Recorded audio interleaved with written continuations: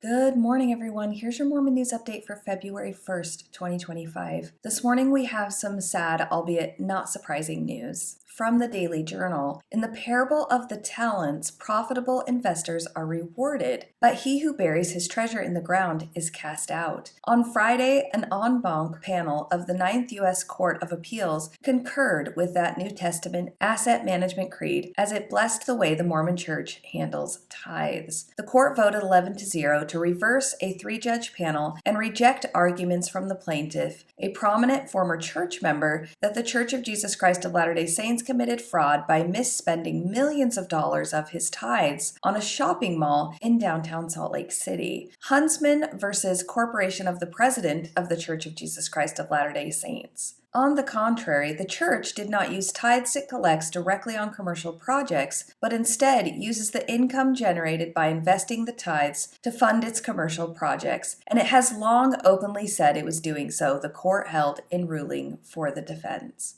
Because the church wants to parse things out this way, I think their members should start doing the same thing. So if you're a member and you go in to answer the temple recommend questions, maybe keep this in mind. The church should not hold its members to a higher standard than they hold themselves. The church's lawyer, Rick L. Richmond of Larson LLP, said, "There's nothing wrong with a church putting aside some of the contributions it receives and investing those reserves for future uses. Based on the parable of the talents, one could argue Jesus himself would approve of that common practice among virtually all Christian faiths. Because every single time the church starts to look like a corporation that cares more about its money than its members, they go ahead and throw Jesus under the bus by claiming it's really what Jesus would want us to do." Richmond himself, a practicing Mormon, added, "As counsel for the church and as a lifelong member of the church whose ancestors participated in its founding, I am profoundly grateful to the Ninth Circuit en banc panel for this extraordinary ruling today." The pro-church ruling, though specific to the Mormon Church, was good news for several religious groups that filed friend of the court briefs, urging the outcome the circuit announced Friday. If you're someone who gives your money to a church and you think it's going to go to charity, be forewarned that that church is not required to do that. Your money might be better spent somewhere else. Huntsman argued that interest on tithes was the same as the tithes themselves, but the court saw a difference. Although the church stated that no tithing funds would be used to fund City Creek, it also clarified that earnings on invested reserve funds would be used, wrote Friedland. The church had long explained that the sources of the reserve funds include tithing funds. Huntsman has not presented evidence that the church did anything other than what it said it would do, Friedland added. No reasonable juror could conclude that the church misrepresented the source of funds for the City Creek project. I'm sure my children who went without food and basic clothing would agree and be so glad that my husband and I gave our tithing to the church so it could go to a high-end shopping mall. 1, 2, 3, let's go shopping! One authority who has followed the case called it concerning that Circuit Judge Lawrence Van Dyke, a Trump appointee, disassociated himself from a key footnote that pointed out religious leaders in secular courts are not immunized from fraudulently enriching themselves at a church's expense. Richard B. Katsky, the director of the Appellate Litigation Clinic at Duke University School of Law, said that reading between the lines, Van Dyke seems to think that the Constitution absolutely protects religious leaders who fraudulently enrich themselves at the expense of their congregation, a view that the church itself rejected. That view is dangerous to religious freedom and to the health of religious denominations and institutions. There was no immediate word on whether Huntsman would appeal to the U.S. Supreme Court. Reached by text Friday by the Salt Lake City Tribune, Huntsman replied, "Still assessing." To finish out this sad news, let's go to this clip from the beloved Christmas movie, The Family Man, that seems to fit nicely right here if we're thinking about the Mormon Church taking the widow's mite and celebrating the wealth they secured from it by winning a court battle. "Peter, I don't see you rushing home to trim the tree." That's because I'm a heartless bastard who only cares about money.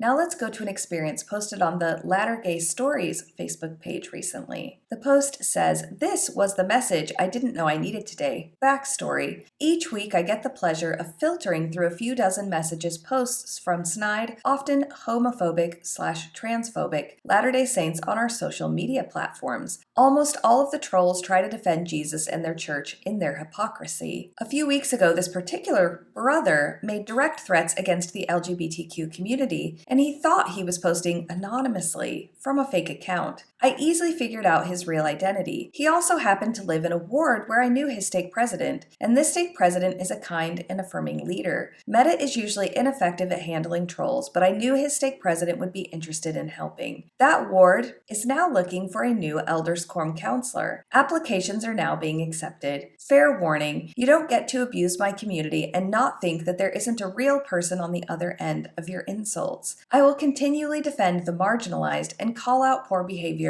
when I see it. Thankfully, some Latter-day Saint leaders will hold their members accountable too. Hopefully, with this brother's newly acquired free time, he can do a better job at listening to and understanding the experiences of the LGBTQ community. Be well and kind, and obviously more woke." And then it has a screenshot of a message that this brother sent that says, "I hope you're happy now. My bishop just released me from my calling after you sent screenshots of my posts to my stake president. Apparently, your woke ideology has infiltrated our stake too. This is disgraceful at all levels, and it infuriates me that I can't speak my mind without being punished. They should not be listening to your apostate opinion instead of the members of their own church." Now let's go to an experience that a 16-year-old Mormon boy had that is detailed on the church website. He said, "In my history class, my teacher started talking about the Church of Jesus Christ of Latter-day Saints. He did not have a high opinion of the church. He said we were polygamists and racists." The article says that this boy is from Texas. So he's surrounded by religions, but I don't think they care so much for the Mormon church. It goes on to say, "Everything I had previously learned about the church had made sense to me, but my experience in class made me think about some tough questions from church history, like why Black people weren't allowed to hold the priesthood for a time and why plural marriage happened. Because of that, I started really thinking, pondering, and praying. I read from the scriptures, talked with my parents and leaders, and learned more for myself. Even though I had questions, I didn't give up or give in. As I studied and learned, I almost felt like I was being carried. I still don't fully understand everything, but I was able to find peace. Now when I have questions, I hold on to what I already know. Like all the experiences that have helped my testimony grow when something stumps me, prayer is usually my go-to, and then I try to listen to the Spirit while I'm reading the scriptures. This past year, I've really come to know the power of the Spirit, and I've felt peace and comfort and love. I know that there is in fact a God who talks to us and wants us to make it back home." I didn't find out about most of the troubling parts of church history until after I had already stepped away from the church. But when I was in the church and someone would come to me with those questions, I would always refer them to this talk that I had read. I tried to find it this morning and I couldn't, but basically it was a leader who was at a devotional or some sort of meeting, and someone from the audience started asking some of these hard questions, and he didn't know how to answer them. So he stands up and he said, "I don't know the answers to your questions, but here's what I do know." And then he bears his testimony. And he said, "It's probably just better to focus on what we do know." That's a common tactic in the church to get people to stay in, and I myself used it, and it looks like this teen is getting exposed to it as well. I have a feeling if he's only 16 years old, by the time he gets into adulthood, his shelf's going to be pretty heavy. And maybe instead of just praying and reading the scriptures, he'll read facts about church history and be able to decide for himself what's true and whether or not he should stay in the church. Let's cross our fingers for that. Now let's go to a post from the Facebook group Missionary Mamas Worldwide. It says, "Does anyone have a very solid therapist recommendation for a returned missionary? 5 years he's been home, who still experiences trauma from his mission, in Utah County preferably. I apologize as I know this is a worldwide group, but I'm not sure where else to ask. We are looking for someone who doesn't just want to put a band-aid on the situation with comments like, 'Just pray more,' 'Just get married,' or 'Read your scriptures.' Preferred if they can do EMDR or something along those lines to help him process the trauma. Much appreciation for any leads." When I stopped trying to heal my trauma through reading the Book of Mormon and actually went to a therapist and read the books they recommended, my life changed for the better dramatically. I highly recommend it. Now let's go to this image because in case you didn't know, you can get the entire text of the Book of Mormon framed into one piece of art to hang on your wall. And last up to date, let's finish with this fun cartoon. It's a picture of someone being invited into a religious ritual and the person trying to persuade them to come in and convert says, there are secret ceremonies and things, but mostly we just share tips on how to not pay taxes. And that's your update for today, folks. I absolutely hope you have the day that you deserve.